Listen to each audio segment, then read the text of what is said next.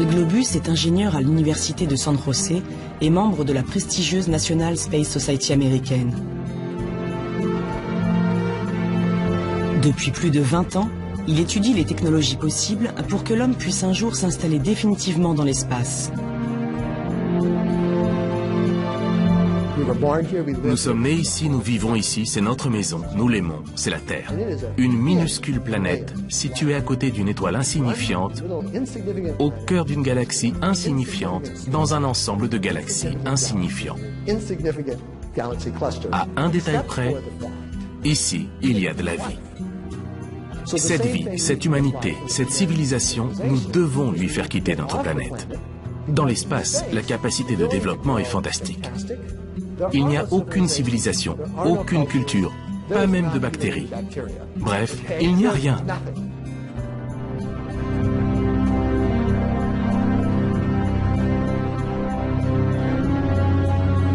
Mais comment l'homme peut-il accomplir ce rêve d'étoile? Saura-t-il un jour s'extraire de la planète bleue pour s'installer définitivement dans l'espace?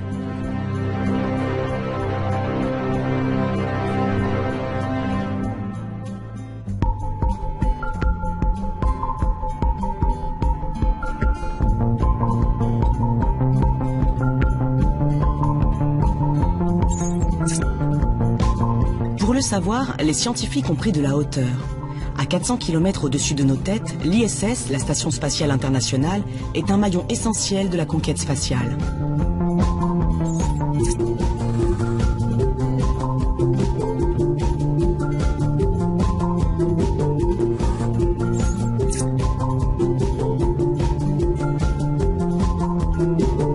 Depuis l'an 2000, plus de 200 astronautes de toutes les nationalités y ont séjourné successivement pendant plusieurs jours ou plusieurs mois.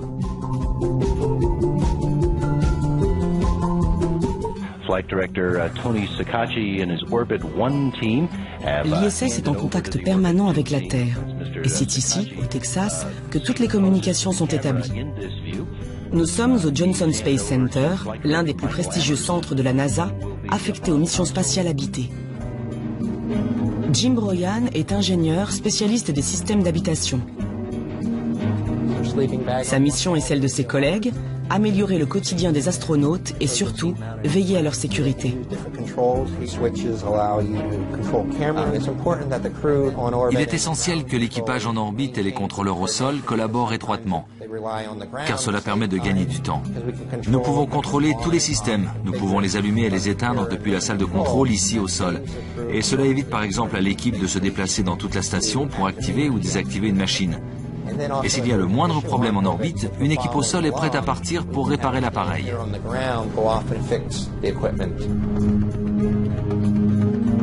Alimentée en énergie grâce à des panneaux solaires, la Station spatiale internationale est un véritable mastodonte. Elle possède 6 chambres, 2 salles de bain, une salle de sport et une coupole offrant aux occupants une vue unique sur l'espace infini.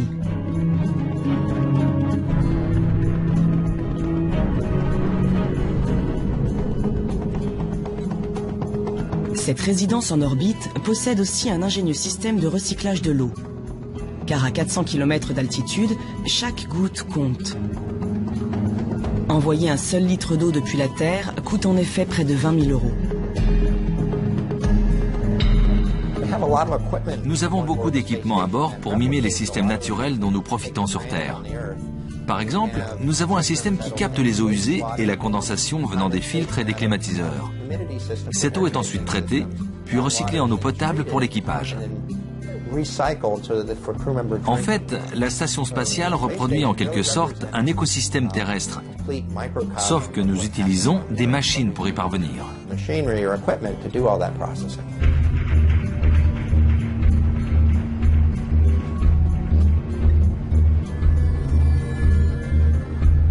Là-haut, les astronautes consacrent l'essentiel de leur temps à une mission bien précise, effectuer des expériences scientifiques en apesanteur.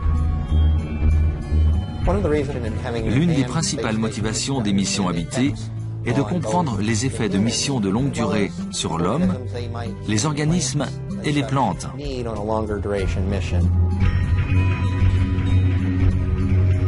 Libérés de la gravité terrestre, les matériaux, les liquides, les plantes offre des comportements inédits.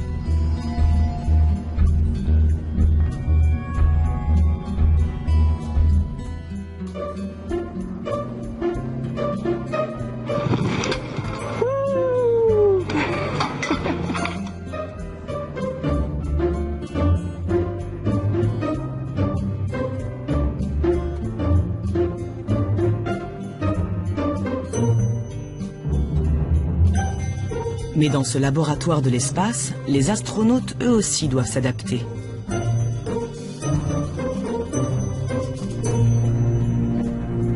Il y a des repères à trouver.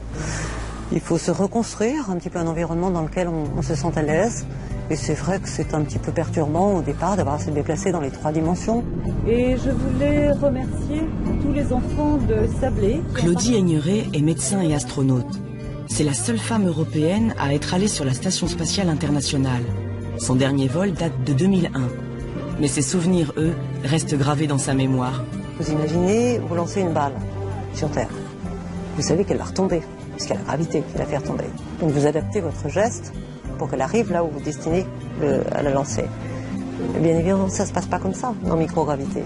Donc tout le schéma que vous allez mettre en œuvre pour la trajectoire d'un geste va être transformé. Cette légèreté doit nécessiter une adaptation de votre schéma moteur. Et puis aussi de penser à tous ces objets qui vous entourent et qui sont les objets de votre quotidien que vous allez utiliser.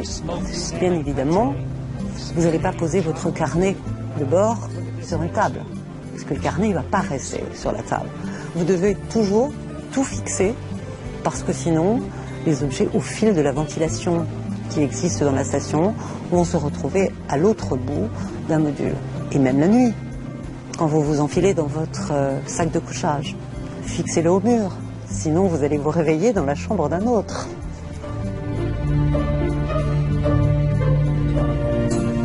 Mais au-delà de cette apparence ludique, l'apesanteur constitue une véritable menace pour les êtres humains. Les os s'affaiblissent, la masse musculaire fond, le cœur s'accélère, la vision est modifiée. L'homme serait-il donc incapable de vivre en apesanteur? Quel serait l'impact sur notre organisme d'un voyage prolongé dans l'espace? Dans le sud de la France, une clinique un peu spéciale étudie en détail la physiologie des astronautes. Nous sommes à Toulouse, au sein de l'Institut de médecine et physiologie spatiale.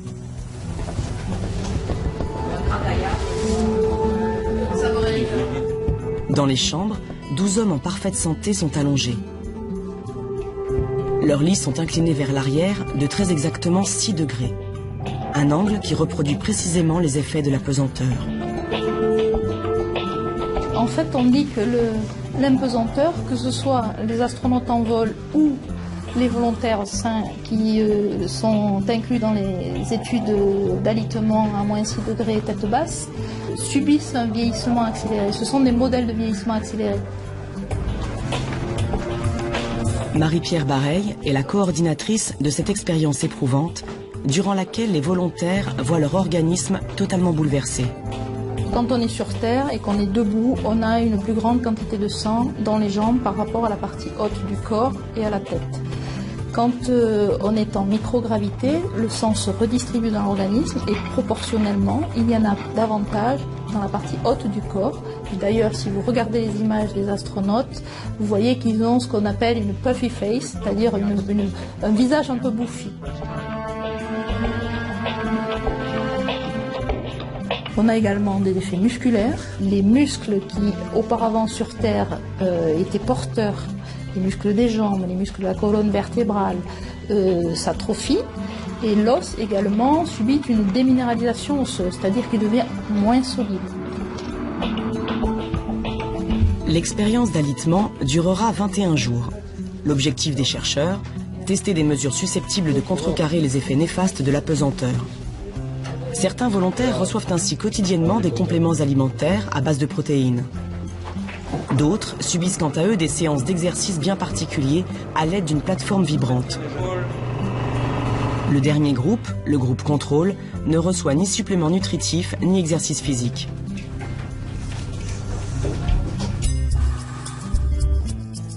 Après 3 semaines la tête en bas, les cobayes se relèvent enfin. Les premières observations se révèlent alors encourageantes. Bruno appartient au groupe contrôle et ses retrouvailles avec la gravité sont pour le moins difficiles.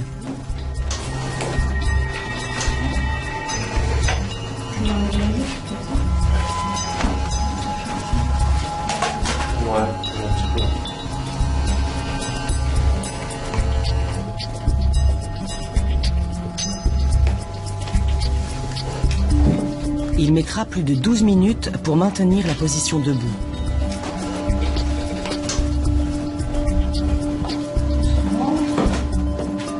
Patrick, en revanche, a utilisé quotidiennement la plateforme vibrante et a reçu des rations protéinées. Son corps semble ainsi avoir conservé bien plus de tonicité. Super. Ouais. Bon, je t'apprends rien en disant que t'as changé un petit peu, hein, au niveau musculaire. Hein. Pour évaluer précisément l'efficacité de ces deux méthodes, les scientifiques réalisent ensuite une longue série de tests. Biopsie, prélèvement sanguin, scanner, test d'équilibre. L'état des muscles et des os de chaque participant est étudié dans ses moindres détails.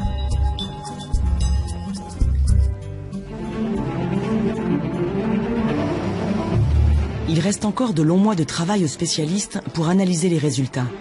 En contact un peu avec les familles. Si ces derniers sont positifs, l'expérience sera alors reconduite en conditions réelles dans la Station spatiale internationale. Les astronautes au sein de la Station spatiale internationale font de l'exercice, par exemple. Donc ces mesures sont suffisamment efficaces pour des vols de relativement courte durée, mais pour des vols de longue durée, on sait qu'elles ne seront pas suffisamment efficaces. Donc les agences spatiales sont toujours à la recherche de la contre-mesure ou de la combinaison de contre-mesures qui permettra de maintenir les astronautes en bonne santé pour des longues missions. Pour l'heure, personne ne sait combien de temps le corps humain peut supporter les conditions d'apesanteur. Mais dans l'espace, un danger encore plus grand menace la vie des astronautes. Il s'agit du rayonnement cosmique. Ce flux de particules circulant dans le vide intersidéral est capable de pénétrer au cœur même des cellules et de détruire notre ADN. Sur Terre, le champ magnétique de notre planète nous protège de ces rayons nocifs. Mais lors d'un séjour d'à peine 6 mois à bord de l'ISS, le corps des astronautes reçoit une dose équivalente à plus de 600 radios des poumons. Alors, avant d'organiser un voyage de plus longue durée, un voyage plus loin de la Terre et de son environnement protecteur, les scientifiques du monde entier tentent de trouver le moyen de protéger les hommes.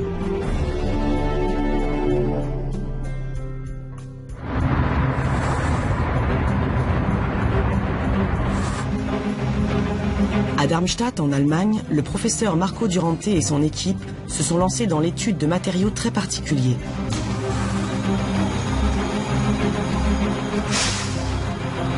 Du sable strictement identique à celui qui existe sur la Lune et sur Mars. Et si ces répliques de sable martien et lunaire l'intéressent au plus haut point, c'est parce qu'ils considèrent qu'un jour, l'homme pourra les utiliser pour coloniser l'espace. Si vous vous rendez sur la Lune ou sur Mars, vous trouverez ces matériaux partout. Et vous pourrez donc les utiliser pour construire des maisons.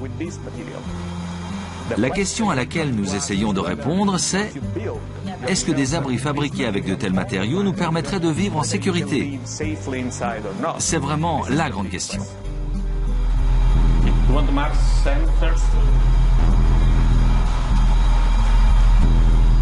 Pour déterminer leur pouvoir de protection face aux rayons cosmiques, des échantillons de différentes épaisseurs sont placés dans un puissant accélérateur de particules.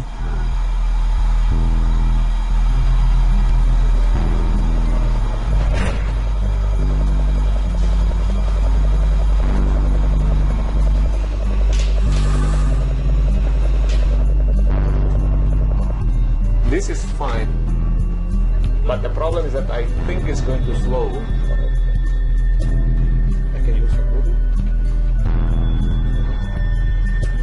Un rayonnement puissant vient frapper les blocs de sable à très grande vitesse. Sur les écrans de contrôle, les scientifiques analysent alors le pouvoir de blocage de chaque échantillon.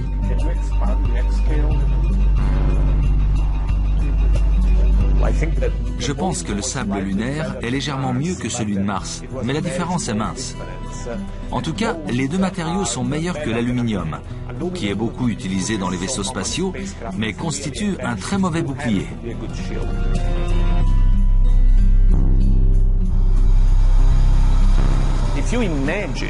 Imaginez dans 50 ans, dans un siècle, des colonies d'êtres humains partant s'installer sur la Lune.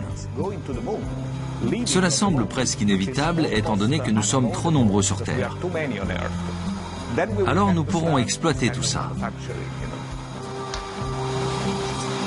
C'est la maison de demain. Il ne reste qu'à la peindre.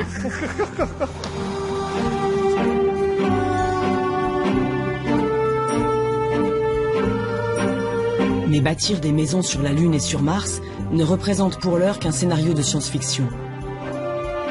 Avant d'en arriver là, les futurs pionniers de l'espace devront d'abord protéger correctement leurs vaisseaux contre les rayons cosmiques. Et en la matière, les roches testées par le professeur Duranté présentent un sérieux inconvénient. La masse pose problème, c'est trop lourd. Dans l'espace, chaque kilo transporté coûte des millions de dollars.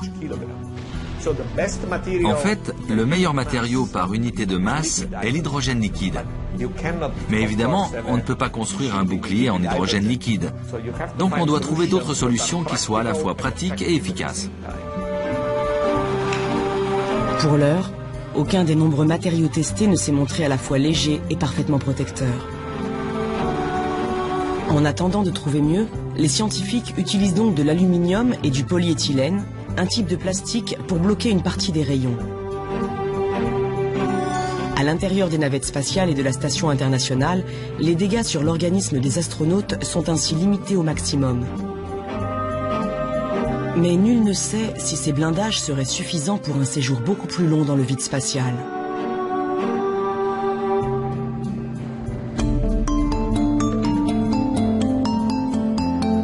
La santé physique des futurs voyageurs au long cours est un élément crucial pour l'avenir de la conquête spatiale. Mais un autre paramètre fait lui aussi l'objet de toutes les attentions. Le mental des astronautes. Espace confiné, nourriture rationnée, tâches répétitives et monotones. Là-haut, les conditions de vie sont parfois difficiles et la psychologie de l'équipage est mise à rude épreuve. Les équipages qui fonctionnent très bien, ce sont des équipages où il y a un très bon esprit d'équipe et que tout le monde se partage les tâches et tout le monde aide l'un et l'autre. Frank De Veen a effectué 2 séjours à bord de la Station spatiale internationale. En 2002, le premier d'entre eux dura seulement 12 jours. Mais 7 ans plus tard, il fut nommé commandant de l'ISS et s'envola dans l'espace pour une durée de 6 mois. Si on vit avec 6 personnes dans un huis clos pendant 6 mois, il y a toujours des tensions d'un côté ou d'un autre qui vont arriver, mais il faut les gérer et ça c'est aussi la tâche du commandant de bord. Donc nous on a tout géré entre nous-mêmes et vis-à-vis du sol, on était un équipage parfait, qu'on était naturellement, aussi devant la caméra on était un équipage parfait, mais comme c'est toujours les équipages parfaits, il y a quand même des petites choses à gauche et à droite.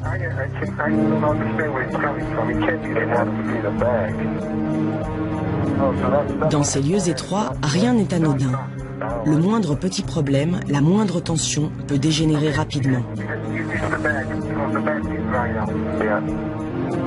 Pour limiter les risques au maximum, les astronautes sont donc soigneusement sélectionnés, non seulement pour leurs compétences techniques, mais aussi pour leur capacité à travailler dans des situations d'urgence. Je sens plein d'eau à l'arrière de ma tête, mais je crois pas que ça vienne d'une fuite. J'ai du mal à dire ce que c'est, mais ça ressemble à de l'eau. Ah oui.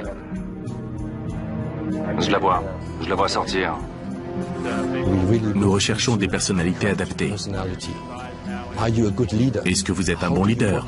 Comment gérez-vous le stress? Êtes-vous capable de réfléchir et de prendre les bonnes décisions lorsque vous subissez une pression énorme? Le docteur Volker Daman dirige le département médical de l'Agence spatiale européenne. Avec son équipe, il prend soin de la santé physique et mentale des pensionnaires de l'ISS et participe également à la sélection des futurs astronautes.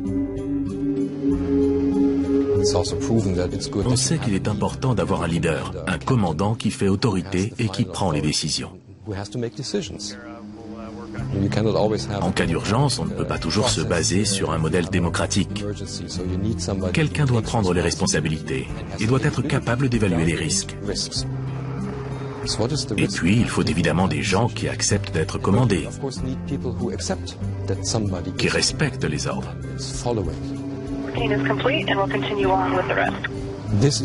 C'est ce genre d'équilibre que nous recherchons pendant les sélections et les entraînements. Est-ce que cet équipage va bien ensemble? Une fois affectés à leur poste, les astronautes travaillent en équipe pendant 2 ans, presque tous les jours. Ils voyagent partout dans le monde et ils apprennent à gérer les problèmes tous ensemble.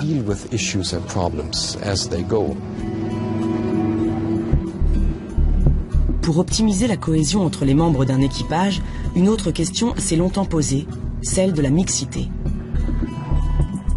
Les hommes et les femmes sauraient-ils cohabiter sans heurts dans un vaisseau spatial? La mixité dans l'espace est-elle un atout ou bien une source supplémentaire de difficultés?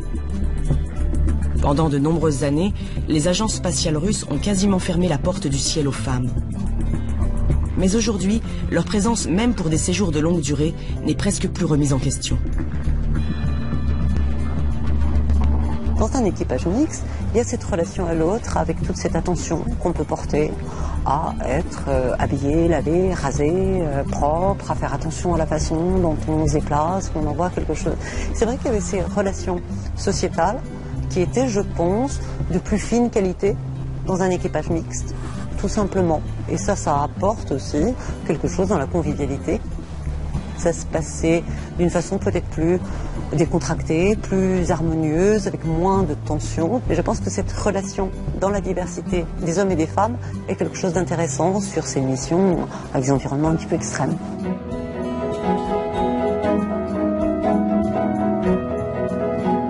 Des hommes et des femmes compétents, travailleurs et au caractère parfaitement adapté à la vie en communauté.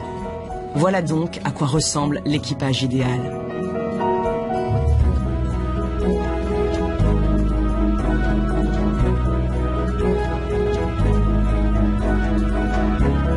Et pour maintenir le moral au plus haut sur une longue période, l'emploi du temps des astronautes doit lui aussi être soigneusement étudié. Dans l'espace comme sur Terre, il n'est pas question de travailler sans relâche. Des jours de repos et des moments de détente quotidiens sont essentiels au bon déroulement de toutes les missions.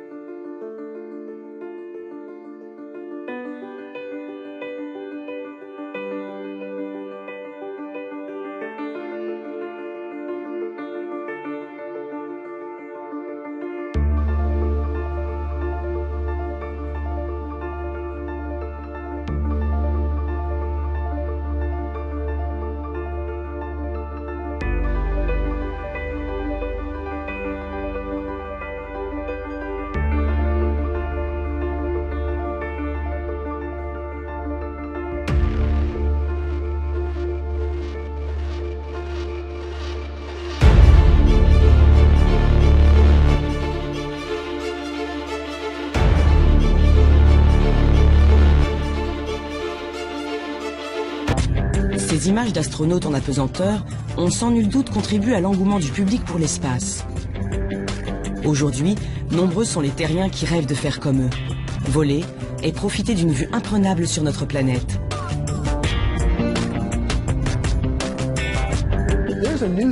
Quelque chose a changé dans le monde d'aujourd'hui. Il y a 10 ou 20 ans, Denis Tito a offert $20 millions aux Russes et ils l'ont emmené à bord de la Station spatiale internationale. Pas pour y faire des expériences, pas parce qu'il était astronaute, mais simplement parce qu'il avait payé pour ça. Inside 10 feet, standing by for contact and capture. Il a adoré. Et depuis, 6 ou 7 personnes y sont allées. Quelqu'un y est même allé 2 fois. Ce sont les premiers touristes de l'espace. Pour l'heure, seuls les plus riches d'entre nous peuvent s'offrir quelques jours en apesanteur à bord de l'ISS. D'autres s'offrent quelques minutes de sensations fortes à bord de l'A300G du Centre national d'études spatiales. Pour 6 000 €, ils jouent les apprentis astronautes, tandis que l'appareil effectue des paraboles dans le ciel du sud de la France.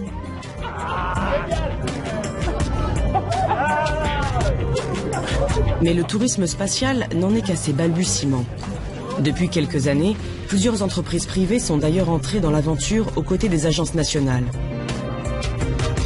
Leur objectif, démocratiser l'accès à l'espace et même le transformer en lieu de villégiature.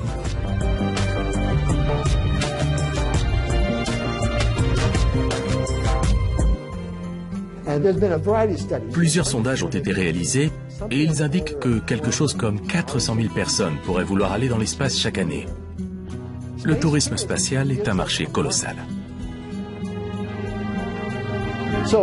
Donc, la prochaine étape est de construire des hôtels dans l'espace. Car il faut un endroit pour accueillir ces 400 000 personnes. Il faut de la nourriture, de l'air, de l'eau, il faut qu'ils puissent aller aux toilettes, que l'on traite leurs déchets. Il va falloir résoudre tous ces problèmes. Et Bigelow Aerospace, qui travaille en coopération avec la NASA, projette justement de lancer ce que l'on pourrait appeler un hôtel spatial.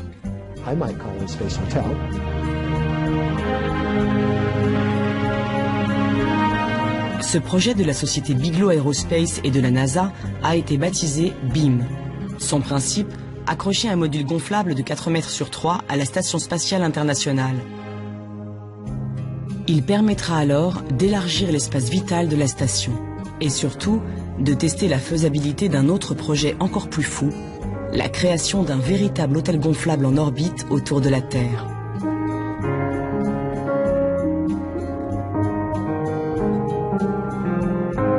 L'espace restera sans doute encore longtemps réservé à quelques riches privilégiés.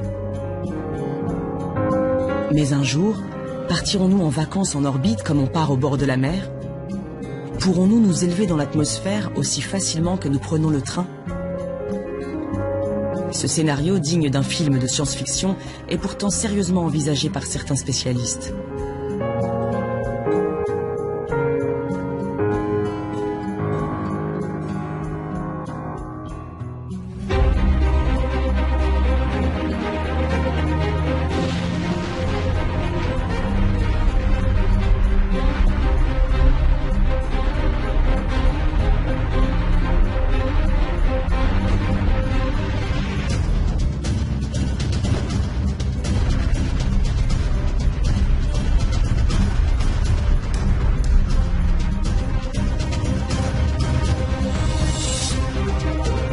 Mais tandis que certains rêvent d'une vue imprenable sur la planète bleue, d'autres envisagent d'aller encore plus loin.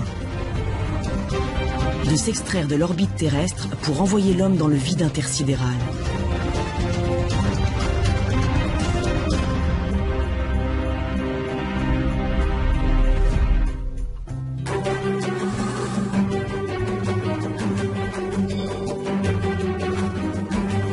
Dans les locaux de la NASA, un nouveau vaisseau spatial est en cours de fabrication.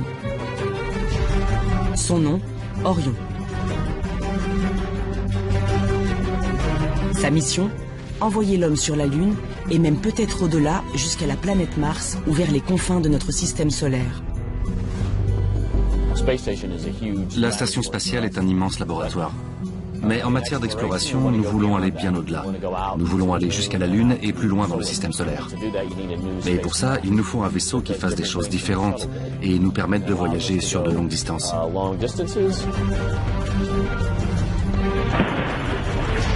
Mark Geyer est le responsable du programme Orion au Johnson Space Center à Houston. Depuis 2007, il veille sans relâche au bon déroulement de la construction de cet engin inédit. Orion fait 5 mètres de diamètre. Il peut transporter jusqu'à 6 personnes pour ce type de mission d'exploration. Il est assez grand pour stocker le ravitaillement de l'équipage pendant 21 jours. Il y a de l'eau, de la nourriture, de l'air et toutes les choses dont on peut avoir besoin. Des toilettes, des équipements sportifs. Et il comporte aussi de nombreux systèmes de sécurité. Si par exemple l'équipage devait faire face à une fuite, il suffit d'enfiler les combinaisons. Même en dépressurisant l'ensemble de la cabine, il serait protégé.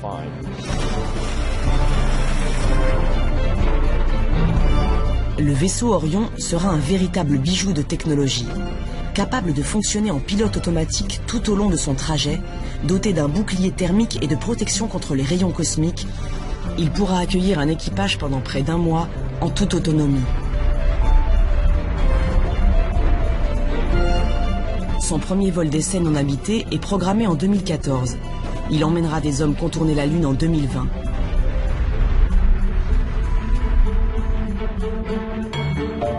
Le dernier né des véhicules d'exploration élargit encore un peu plus les frontières de l'homme dans l'espace. Pour moi, Orion marque le début de l'exploration des destinations lointaines comme les astéroïdes, la Lune ou Mars. Ensuite, il faudra des espaces de vie plus grands pour que les équipages puissent rester plus longtemps dans l'espace. Mais pour l'instant, nous devons déjà réussir à aller sur place, à transporter un équipage et à mener des expériences. Et pour ça, Orion représente un premier pas important.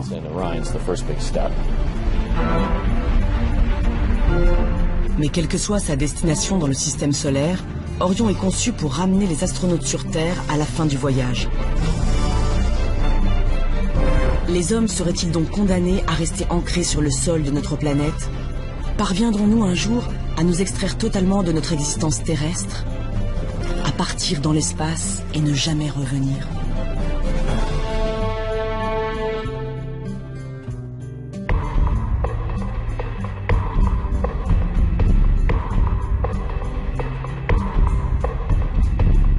À bord de la station internationale, il existe des systèmes de recyclage de l'eau.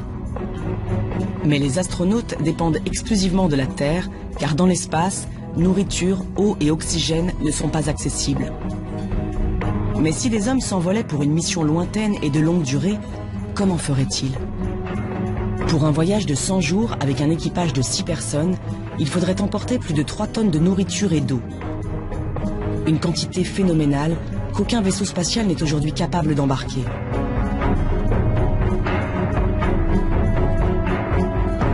Dans le monde entier, des équipes de recherche tentent de contourner cette limite de taille. L'objectif, s'extraire de la dépendance de la Terre en reconstituant un véritable écosystème miniature embarqué.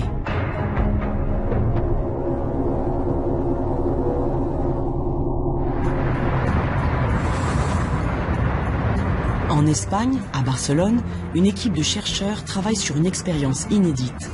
Son nom, Melissa.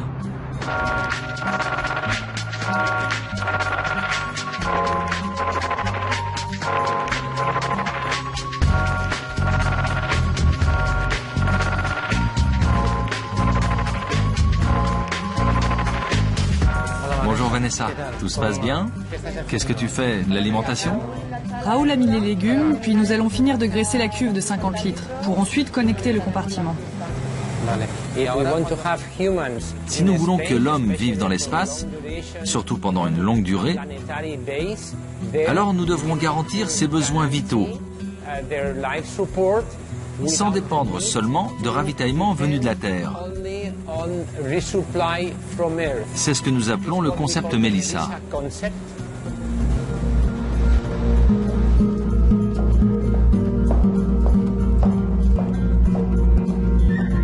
Le professeur Francesc Godia est le directeur du laboratoire. Cela fait plus de 10 ans qu'il tente de créer ce que l'on pourrait appeler une mini-Terre artificielle. To a bigger extent, we should aim that À terme, notre objectif est de rendre ce système autonome et durable pour qu'il recycle différents éléments. C'est en fait ce que l'on observe au sein des écosystèmes terrestres. Il existe de nombreux cycles qui permettent de recycler l'eau, le carbone, le nitrate, etc. Toutes les ressources indispensables à la vie sur Terre.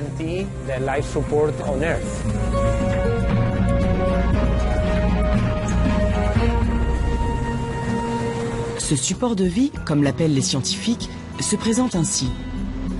Une série de cuves hermétiquement closes sont reliées entre elles par des canalisations.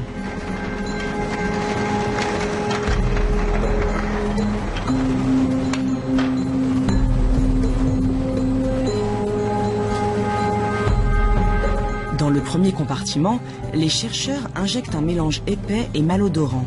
Il s'agit de déchets alimentaires, d'urine et d'excréments humains. À l'intérieur de la cuve, une population de bactéries entre en action et décompose peu à peu la matière organique. Le mélange passe ensuite à travers une membrane filtrante. Les particules en suspension sont arrêtées, tandis que les éléments liquides sont envoyés dans un second compartiment. Là, ils subissent de nouvelles transformations chimiques grâce à d'autres bactéries spécialisées. Les déchets sont ainsi progressivement transformés en nitrates et en sels minéraux, des molécules qui constituent les nutriments de base de tous les végétaux. Le processus de recyclage s'achève dans un dernier compartiment appelé bioréacteur. À l'intérieur, des microalgues qui assimilent toutes ces molécules nutritives.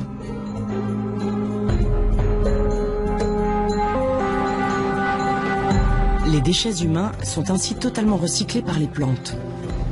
Des plantes dotées d'un pouvoir nutritif considérable que l'équipage peut donc consommer quotidiennement. Mieux encore, en transpirant, elles apportent également de l'eau potable aux astronautes. Et grâce à la photosynthèse, elles transforment en oxygène l'ensemble du dioxyde de carbone généré par la respiration de l'équipage.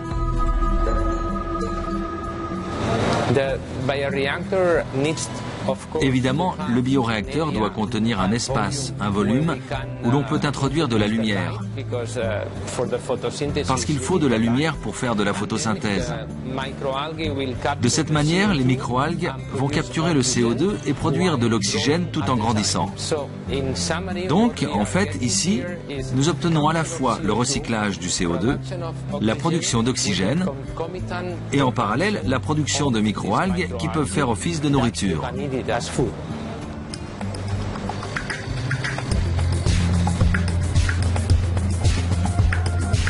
Le système Melissa constitue ainsi un circuit clos et parfaitement autonome.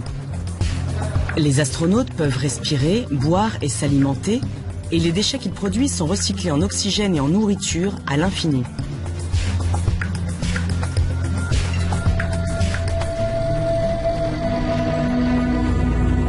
Il reste encore beaucoup de travail aux scientifiques pour maîtriser l'ensemble du cycle. Nature des déchets introduits, nombre et espèces de bactéries, vitesse de croissance des algues, température. Chaque paramètre doit être parfaitement contrôlé, car le moindre défaut de fonctionnement risquerait de priver les hommes de nourriture ou d'oxygène. Pire, une contamination par des micro-organismes indésirables pourrait empoisonner un équipage tout entier. D'ici quelques années, le système Melissa sera testé en conditions réelles à bord de l'ISS. Et si les résultats sont concluants, les hommes pourront alors voyager dans l'espace sans jamais avoir à se ravitailler sur Terre.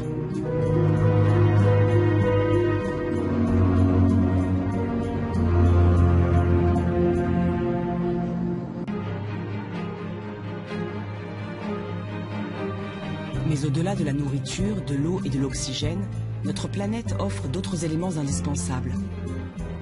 Du carburant pour propulser les vaisseaux et des matériaux de toutes sortes pour réparer les objets du quotidien ou bâtir des modules habitables. Alors, une fois dans l'espace, comment les futurs voyageurs pourront-ils s'approvisionner? Existe-t-il quelque part des ressources spatiales que l'on pourrait exploiter?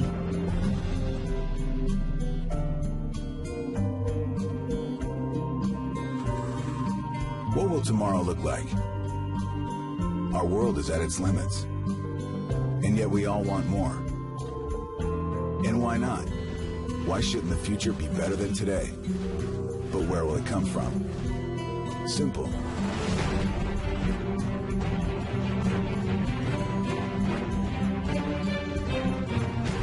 En 2012, une toute nouvelle entreprise privée a vu le jour aux États-Unis. Son nom, Deep Space Industries. Deep Space Industries. Nous sommes une entreprise spécialisée dans les ressources spatiales.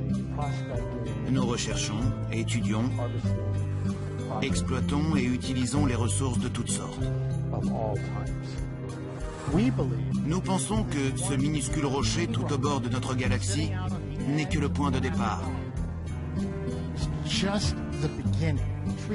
Rick Tumlinson est l'un des fondateurs de cette entreprise d'exploitation d'un nouveau genre qui imagine l'espace comme une vaste mine à ciel ouvert.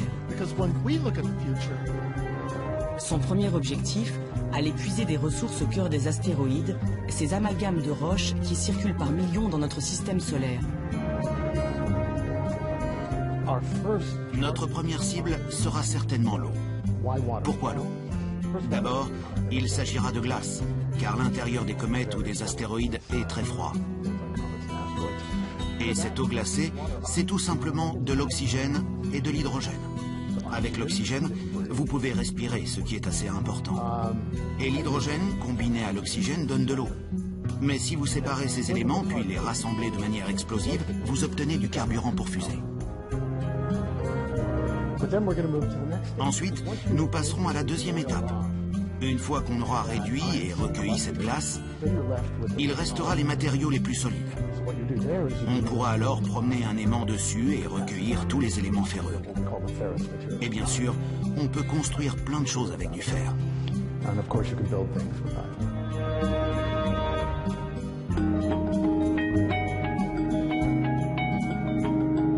Du carburant, de l'eau, du fer et même d'autres métaux comme le nickel, l'or ou le platine. Pour Deep Space Industries, les astéroïdes représentent une manne sans égale. D'ici 2015, Rick Tumlinson et ses collègues prévoient d'envoyer un premier vaisseau explorer les astéroïdes les plus proches de la Terre. Mais leur objectif ultime est d'y implanter des usines d'extraction et des raffineries pour pouvoir ravitailler en continu les vaisseaux spatiaux passant à proximité. Les astéroïdes deviendraient alors de véritables stations-service de l'espace. Vous imaginez ce qu'il se serait passé lors de l'expansion de la civilisation en Amérique du Nord si nous avions dû apporter avec nous tout ce dont nous avions besoin? Rien n'aurait été possible. Il faut apprendre à exploiter les ressources disponibles là où on se trouve et à les transformer en matériaux utiles. Comme Deep Space Industries, plusieurs sociétés privées se sont lancées dans une vaste collecte de fonds pour mener à bien cette entreprise invraisemblable et exploiter les ressources naturelles venues de l'espace. Dans plusieurs décennies, les hommes pourront peut-être alors voguer indéfiniment dans le vide intersidéral et avoir tout ce dont ils ont besoin presque à portée de main. Certains spécialistes entrevoient même la possibilité d'un voyage sans retour, d'une installation définitive de l'humanité ailleurs que sur Terre.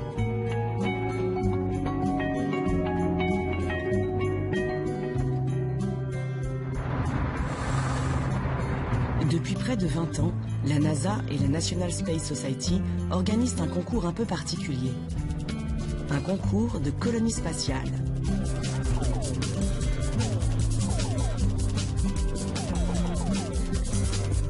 En 2013, la 19e édition se déroule ici, au cœur d'un prestigieux hôtel de la ville de San Diego.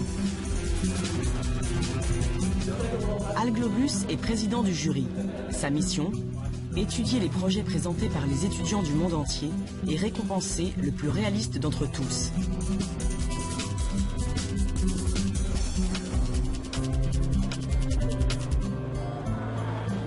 Une colonie spatiale est un endroit dans l'espace où nous pourrons vivre et élever nos enfants.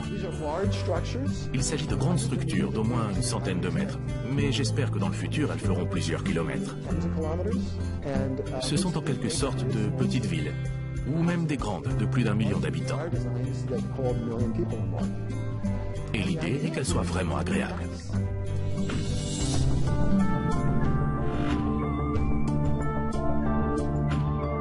Au-delà du simple concours rassemblant des centaines d'étudiants imaginatifs, le concept de colonie spatiale est sérieusement envisagé par de nombreux spécialistes. Mais même pour Al Globus, le principal promoteur de ces infrastructures étonnantes, de tels projets ne risquent pas de voir le jour avant bien longtemps. Les gens demandent souvent quand les premières colonies spatiales verront le jour. La réponse est que nous n'en savons rien, car tout dépend de la manière dont nous y travaillerons. Ça prendra du temps, mais si les gouvernements ont décidé d'accorder plus d'argent aux colonies spatiales plutôt qu'à leurs armées, alors pas de problème, on peut y arriver dans quelques décennies. C'est notre boulot, on peut le faire.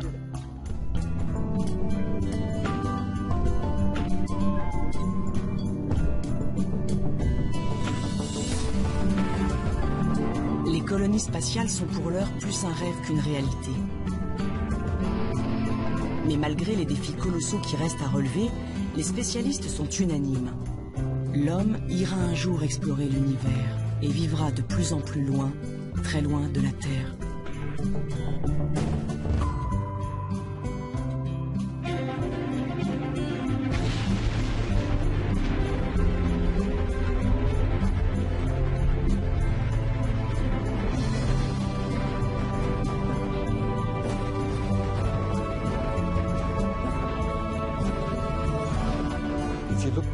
Si vous regardez en arrière dans l'histoire de l'homme, qu'avons-nous accompli?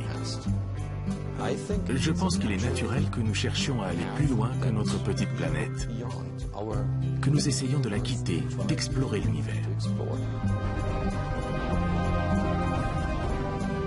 Pourquoi des gens escaladent-ils l'Everest? Ou plongent-ils sans oxygène?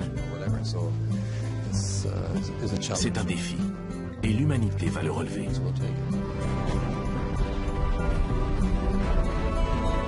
L'homme va continuer à explorer. L'homme est un explorateur, conquérant, pourquoi pas, mais surtout explorateur de l'inconnu. Et c'est le propre de l'humanité, de toujours essayer de penser différemment, avancer, découvrir, explorer. La curiosité fait partie de l'humanité.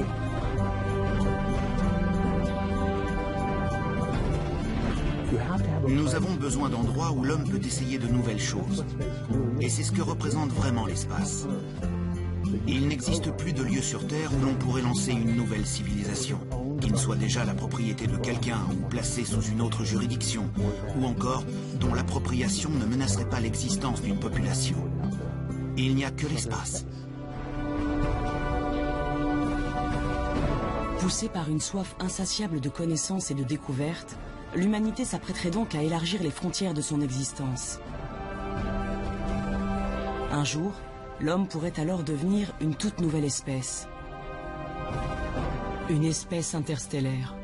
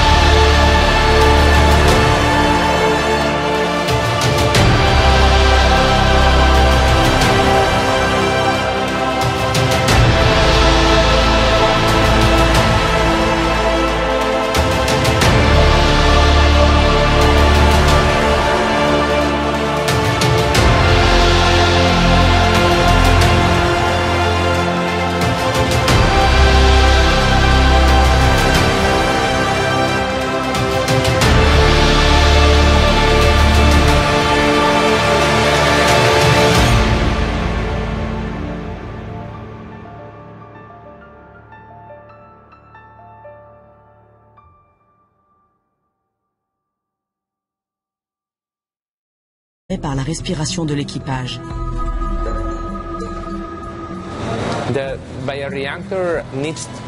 Évidemment, le bioréacteur doit contenir un espace, un volume, où l'on peut introduire de la lumière. Parce qu'il faut de la lumière pour faire de la photosynthèse. De cette manière, les microalgues vont capturer le CO2 et produire de l'oxygène tout en grandissant. Donc, en fait, ici, nous obtenons à la fois le recyclage du CO2, la production d'oxygène et en parallèle la production de microalgues qui peuvent faire office de nourriture.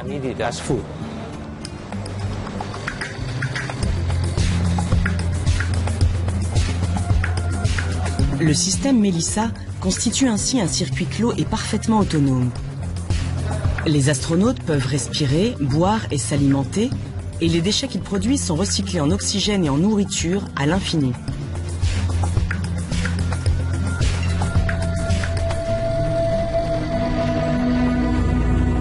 Il reste encore beaucoup de travail aux scientifiques pour maîtriser l'ensemble du cycle. Nature des déchets introduits, nombre et espèces de bactéries, vitesse de croissance des algues, température. Chaque paramètre doit être parfaitement contrôlé, car le moindre défaut de fonctionnement risquerait de priver les hommes de nourriture ou d'oxygène. Pire, une contamination par des micro-organismes indésirables pourrait empoisonner un équipage tout entier. D'ici quelques années, le système Melissa sera testé en conditions réelles à bord de l'ISS. Et si les résultats sont concluants, les hommes pourront alors voyager dans l'espace sans jamais avoir à se ravitailler sur Terre.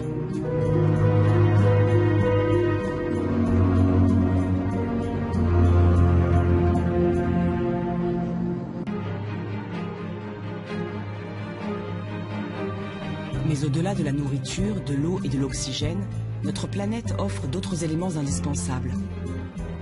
Du carburant pour propulser les vaisseaux et des matériaux de toutes sortes pour réparer les objets du quotidien ou bâtir des modules habitables.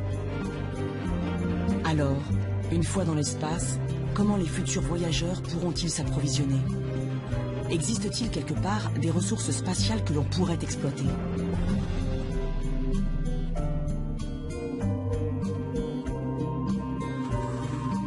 What will tomorrow look like? Our world is at its limits. And yet we all want more. And why not? Why shouldn't the future be better than today? But where will it come from? Simple.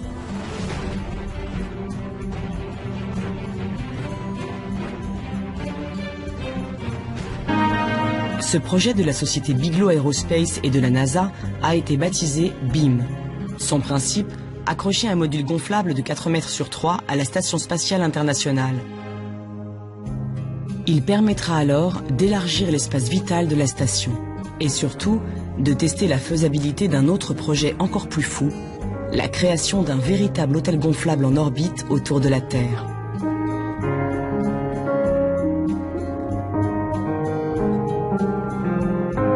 L'espace restera sans doute encore longtemps réservé à quelques riches privilégiés. Mais un jour, partirons-nous en vacances en orbite comme on part au bord de la mer? Pourrons-nous nous élever dans l'atmosphère aussi facilement que nous prenons le train? Ce scénario, digne d'un film de science-fiction, est pourtant sérieusement envisagé par certains spécialistes.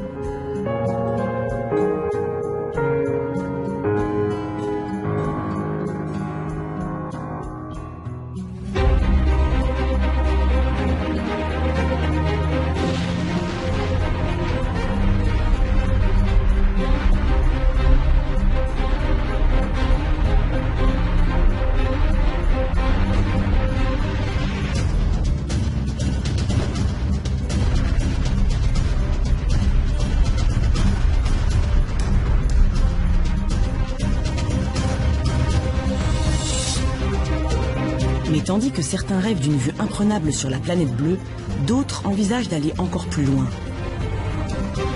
De s'extraire de l'orbite terrestre pour envoyer l'homme dans le vide intersidéral.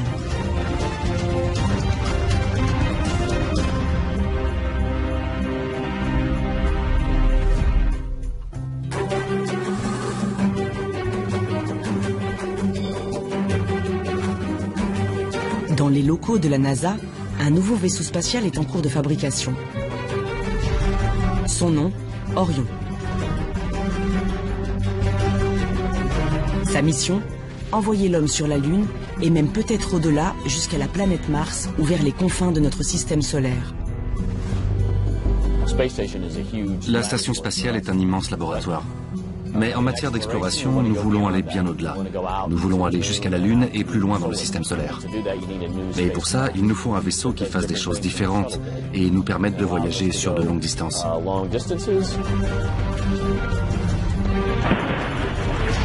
Mark Geyer est le responsable du programme Orion au Johnson Space Center à Houston. Depuis 2007, il veille sans relâche au bon déroulement de la construction de cet engin inédit. Orion fait 5 mètres de diamètre.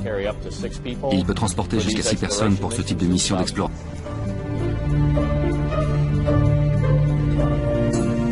Mais au-delà de cette apparence ludique, l'apesanteur constitue une véritable menace pour les êtres humains.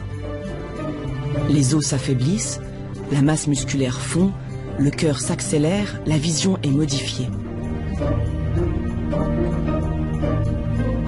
L'homme serait-il donc incapable de vivre en apesanteur? Quel serait l'impact sur notre organisme d'un voyage prolongé dans l'espace? Dans le sud de la France, une clinique un peu spéciale étudie en détail la physiologie des astronautes.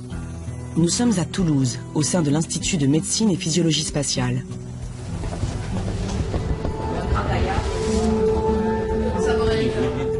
Dans les chambres, 12 hommes en parfaite santé sont allongés. Leurs lits sont inclinés vers l'arrière de très exactement 6 degrés. Un angle qui reproduit précisément les effets de l'apesanteur.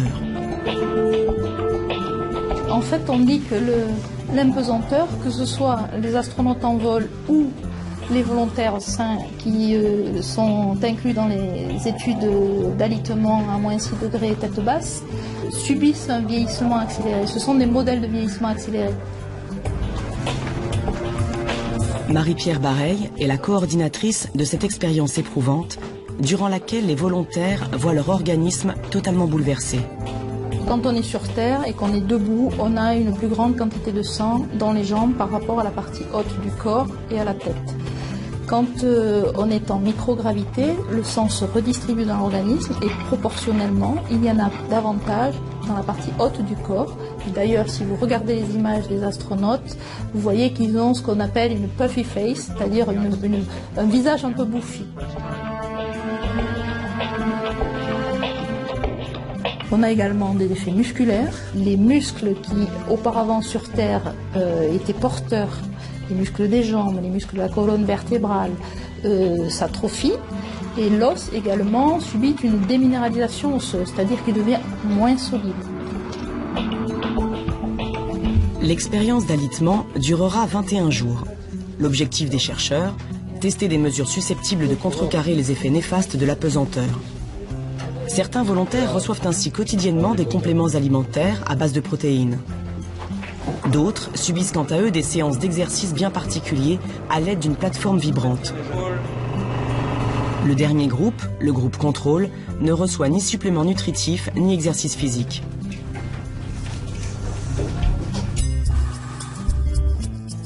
Après 3 semaines la tête en bas, les cobayes se relèvent enfin. Les premières observations se révèlent alors encourageantes. Ça se passait d'une façon peut-être plus décontractée, plus harmonieuse, avec moins de tension. Mais je pense que cette relation dans la diversité des hommes et des femmes est quelque chose d'intéressant sur ces missions avec des environnements un petit peu extrêmes.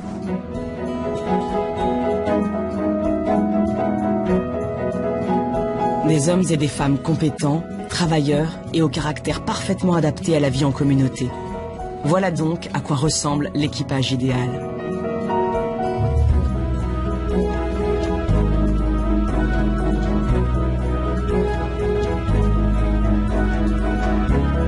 Et pour maintenir le moral au plus haut sur une longue période, l'emploi du temps des astronautes doit lui aussi être soigneusement étudié. Dans l'espace comme sur Terre, il n'est pas question de travailler sans relâche.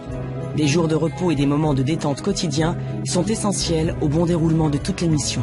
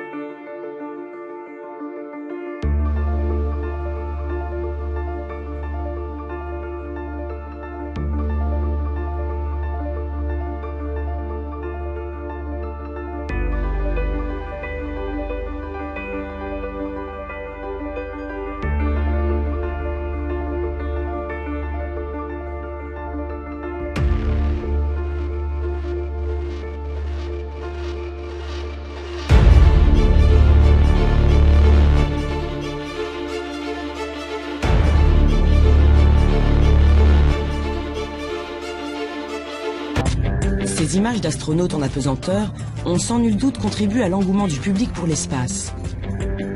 Aujourd'hui, nombreux sont les terriens qui rêvent de faire comme eux, voler et profiter d'une vue imprenable sur notre planète.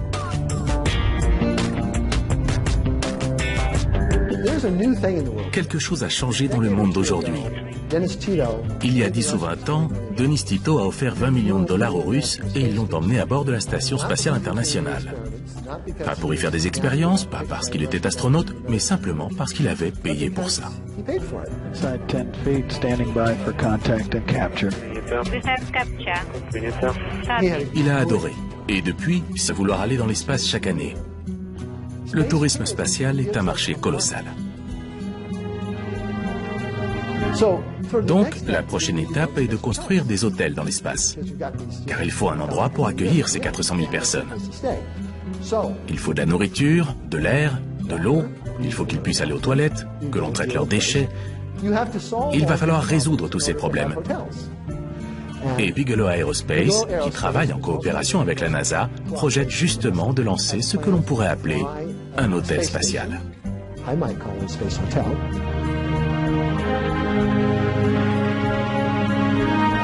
Ce projet de la société Bigelow Aerospace et de la NASA a été baptisé BEAM. Son principe, accrocher un module gonflable de 4 mètres sur 3 à la Station spatiale internationale. Il permettra alors d'élargir l'espace vital de la station et surtout de tester la faisabilité d'un autre projet encore plus fou, la création d'un véritable hôtel gonflable en orbite autour de la Terre.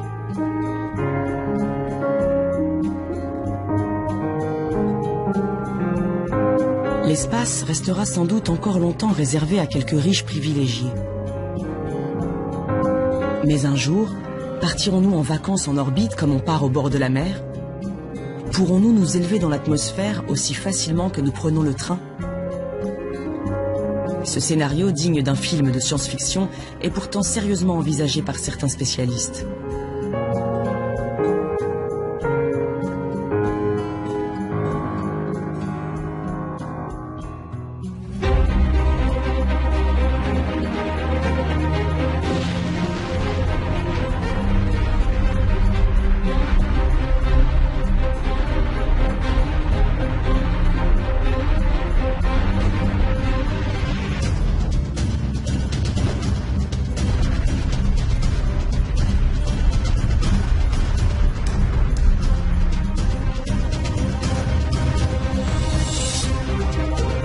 Mais tandis que certains rêvent d'une vue imprenable sur la planète bleue, d'autres envisagent d'aller encore plus loin. De s'extraire de l'orbite terrestre pour envoyer l'homme dans le vide intersidéral.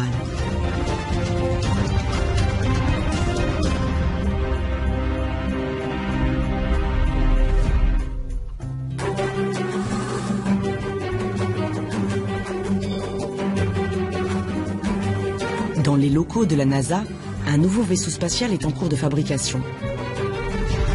Son nom, Orion. Sa mission, envoyer l'homme sur la Lune et même peut-être au-delà jusqu'à la planète Mars ou vers les confins de notre système solaire.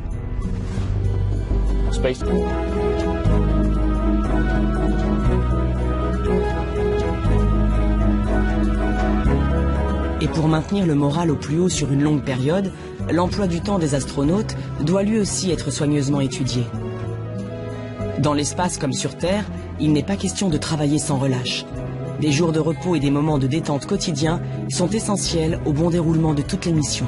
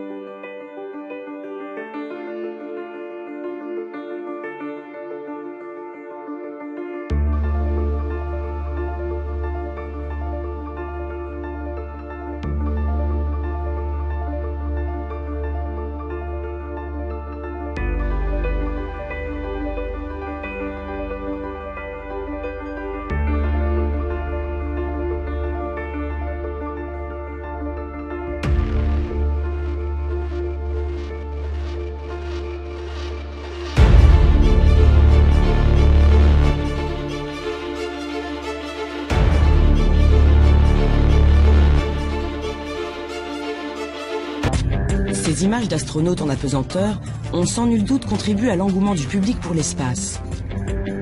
Aujourd'hui, nombreux sont les terriens qui rêvent de faire comme eux, voler et profiter d'une vue imprenable sur notre planète.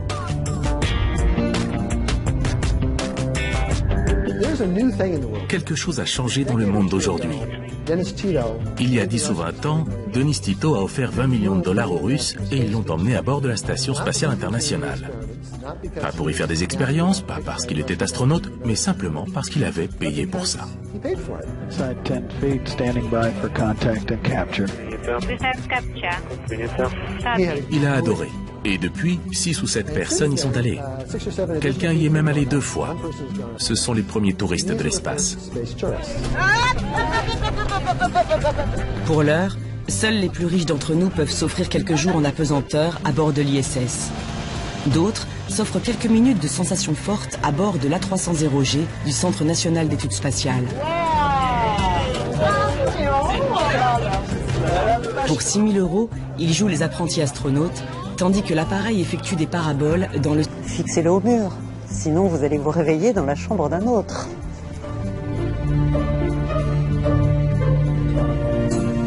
Mais au-delà de cette apparence ludique, l'apesanteur constitue une véritable menace pour les êtres humains. Les os s'affaiblissent, la masse musculaire fond, le cœur s'accélère, la vision est modifiée. L'homme serait-il donc incapable de vivre en apesanteur? Quel serait l'impact sur notre organisme d'un voyage prolongé dans l'espace? Dans le sud de la France, une clinique un peu spéciale étudie en détail la physiologie des astronautes. Nous sommes à Toulouse, au sein de l'Institut de médecine et physiologie spatiale.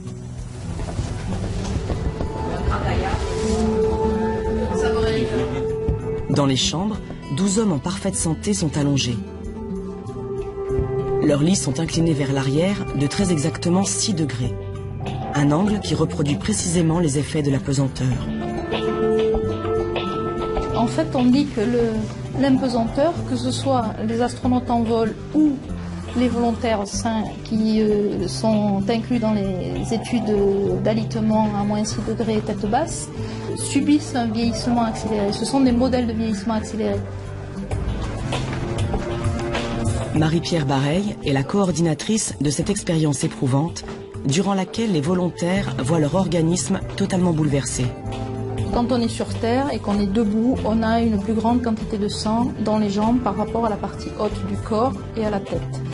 Quand on est en microgravité, le sang se redistribue dans l'organisme et proportionnellement, il y en a davantage dans la partie haute du corps. D'ailleurs, si vous regardez les images des astronautes, vous voyez qu'ils ont ce qu'on appelle une puffy face, c'est-à-dire un visage un peu bouffi. On a également des effets musculaires. Les muscles qui, auparavant sur Terre, étaient porteurs, les muscles des jambes, les muscles de la colonne vertébrale, s'atrophient. Et l'os également subit une déminéralisation osseuse, c'est-à-dire qu'il devient moins solide. L'expérience d'alitement durera 21 jours. L'objectif des chercheurs, tester des mesures susceptibles de contrecarrer les effets néfastes de l'apesanteur. Certains volontaires reçoivent ainsi quotidiennement des compléments alimentaires à base de protéines. D'autres subissent quant à eux des séances d'exercice bien particuliers à l'aide d'une plateforme vibrante.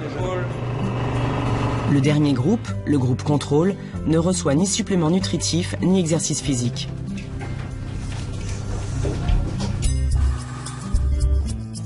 Après 3 semaines la tête en bas, les cobayes se relèvent enfin.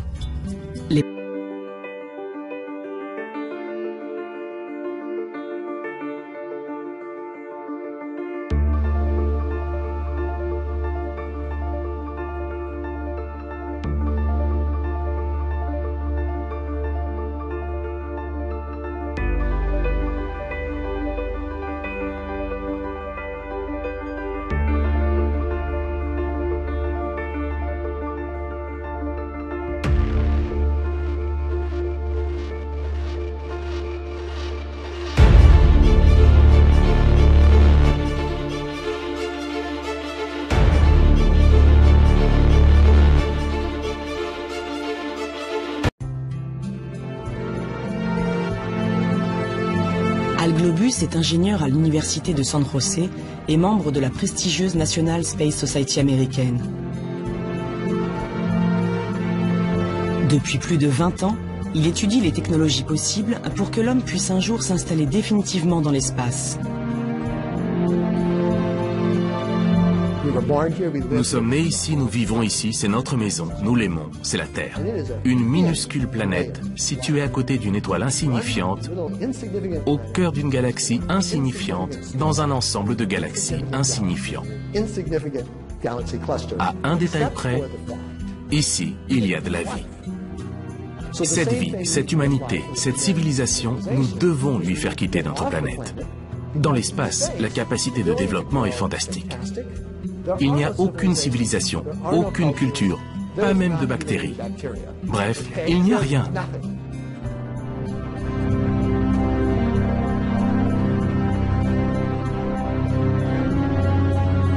Mais comment l'homme peut-il accomplir ce rêve d'étoile? Saura-t-il un jour s'extraire de la planète bleue pour s'installer définitivement dans l'espace?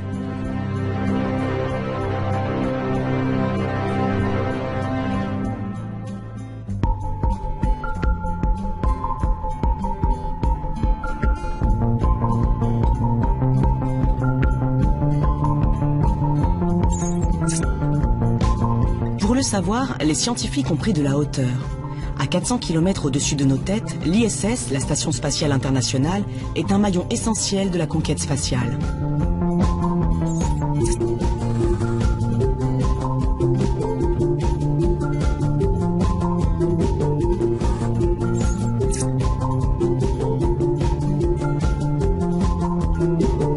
Depuis l'an 2000, plus de 200 astronautes de toutes les nationalités y ont séjourné successivement pendant plusieurs jours ou plusieurs mois.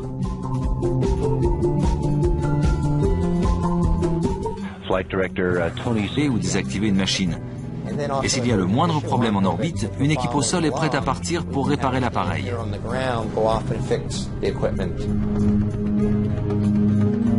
Alimentée en énergie grâce à des panneaux solaires, la Station spatiale internationale est un véritable mastodonte.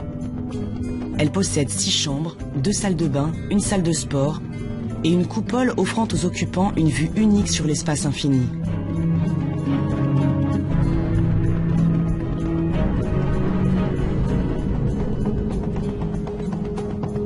Cette résidence en orbite possède aussi un ingénieux système de recyclage de l'eau. Car à 400 km d'altitude, chaque goutte compte.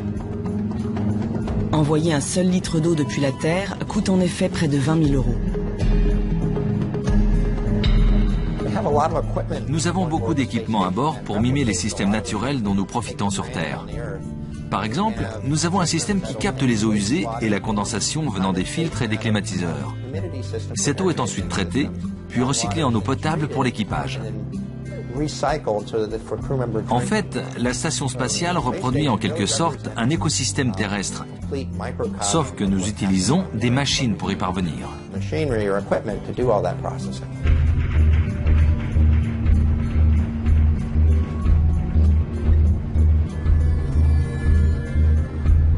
Là-haut, les astronautes consacrent l'essentiel de leur temps à une mission bien précise, effectuer des expériences scientifiques en apesanteur. L'une des principales motivations des missions habitées est de comprendre les effets de missions de longue durée sur l'homme, les organismes et les plantes.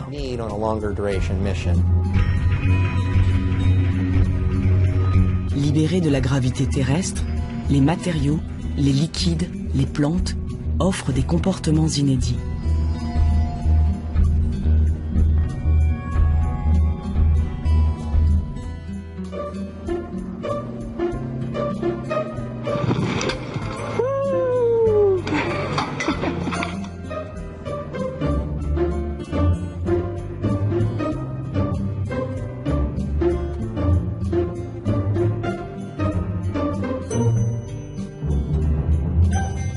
Mais dans ce laboratoire de l'espace, les astronautes eux aussi doivent s'adapter.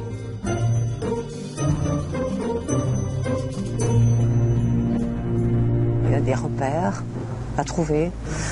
Il faut se reconstruire un petit peu un environnement dans lequel on se sent à l'aise. Et c'est vrai que c'est un petit peu perturbant au départ d'avoir à se déplacer dans les 3 dimensions. Et je voulais remercier tous les enfants de Sablé. Claudie Aigneret est médecin et astronaute. C'est la seule femme européenne à être allée sur la station spatiale. La station spatiale est un immense laboratoire. Mais en matière d'exploration, nous voulons aller bien au-delà. Nous voulons aller jusqu'à la Lune et plus loin dans le système solaire. Mais pour ça, il nous faut un vaisseau qui fasse des choses différentes et nous permette de voyager sur de longues distances.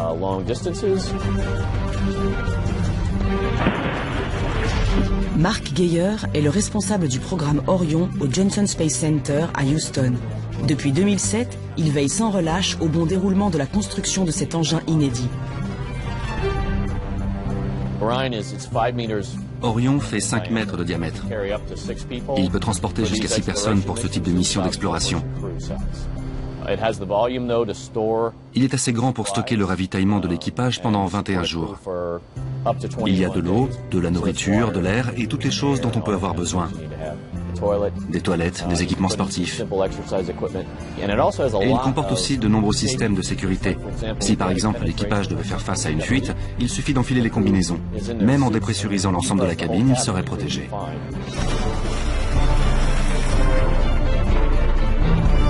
Le vaisseau Orion sera un véritable bijou de technologie.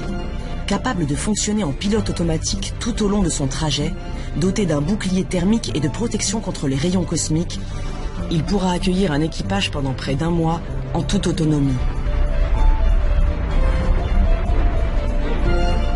Son premier vol d'essai non habité est programmé en 2014. Il emmènera des hommes contourner la Lune en 2020.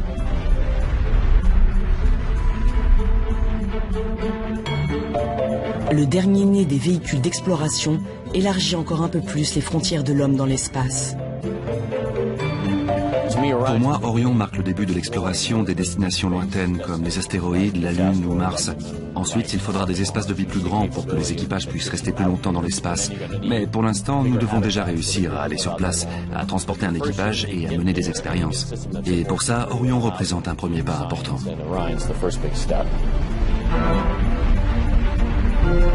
Mais quelle que soit sa destination dans le système solaire, Orion est conçu pour ramener les astronautes sur Terre à la fin du voyage. Les hommes seraient-ils donc condamnés à rester ancrés sur le sol de notre planète? Parviendrons-nous un jour à nous extraire totalement de notre existence terrestre? À partir dans l'espace et ne jamais revenir?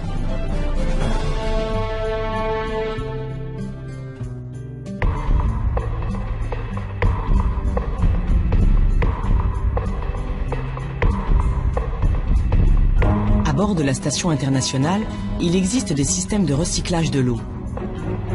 Mais les astronautes dépendent exclusivement de la Terre, car dans l'espace, nourriture, eau et oxygène.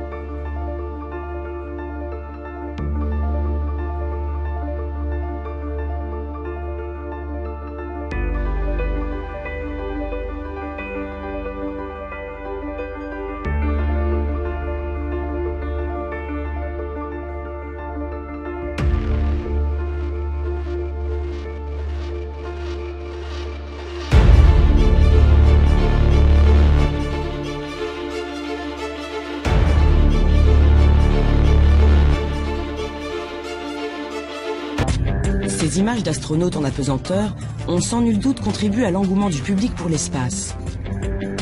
Aujourd'hui, nombreux sont les terriens qui rêvent de faire comme eux, voler et profiter d'une vue imprenable sur notre planète.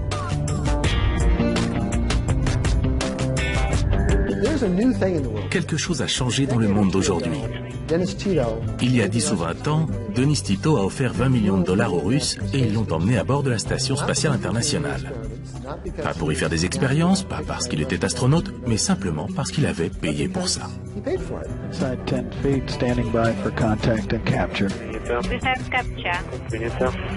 Il a adoré.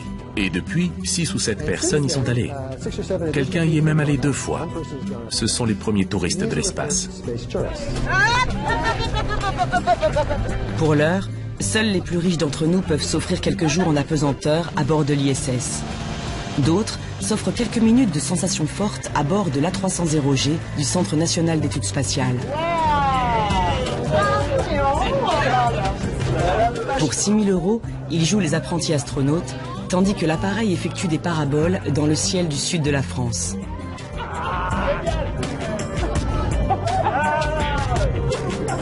Mais le tourisme spatial n'en est qu'à ses balbutiements.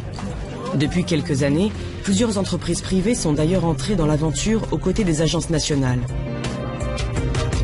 Leur objectif, démocratiser l'accès à l'espace et même le transformer en lieu de villégiature.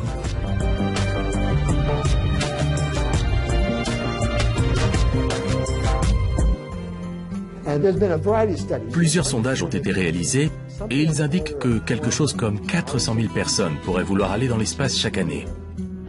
Le tourisme spatial est un marché colossal. Donc, la prochaine étape est de construire des hôtels dans l'espace, car il faut un endroit pour accueillir ces 400 000 personnes. Il faut de la nourriture, de l'air, de l'eau, il faut qu'ils puissent aller aux toilettes, que l'on traite leurs déchets. Il va falloir résoudre tous ces problèmes. Et Bigelow Aerospace, qui travaille en coopération avec la NASA, projette justement de lancer ce que l'on pourrait appeler un hôtel qui respecte les ordres.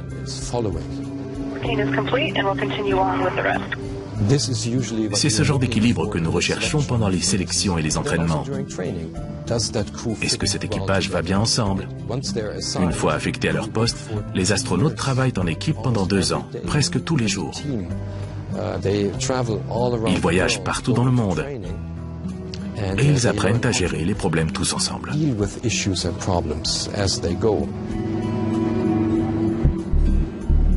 Pour optimiser la cohésion entre les membres d'un équipage, une autre question s'est longtemps posée, celle de la mixité. Les hommes et les femmes sauraient-ils cohabiter sans heurts dans un vaisseau spatial? La mixité dans l'espace est-elle un atout ou bien une source supplémentaire de difficultés? Pendant de nombreuses années, les agences spatiales russes ont quasiment fermé la porte du ciel aux femmes.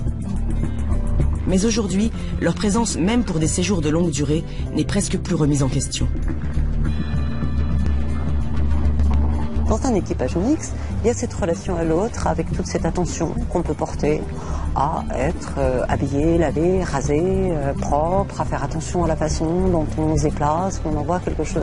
C'est vrai qu'il y avait ces relations sociétales qui étaient, je pense, de plus fine qualité dans un équipage mixte, tout simplement. Et ça apporte aussi quelque chose dans la convivialité. Ça se passait d'une façon peut-être plus décontractée, plus harmonieuse, avec moins de tension. Et je pense que cette relation dans la diversité des hommes et des femmes est quelque chose d'intéressant sur ces missions avec des environnements un petit peu extrêmes.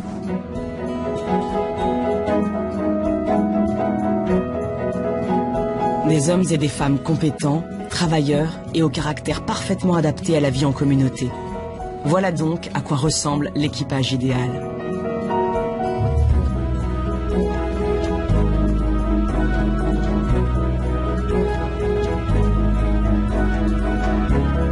Et pour maintenir le moral au plus haut sur une longue période, l'emploi du temps des astronautes doit lui aussi être soigneusement étudié. Dans l'espace comme sur Terre, il n'est pas question de travailler sans relâche. Des jours de repos et des moments de détente quotidiens sont essentiels au bon déroulement de toutes les missions.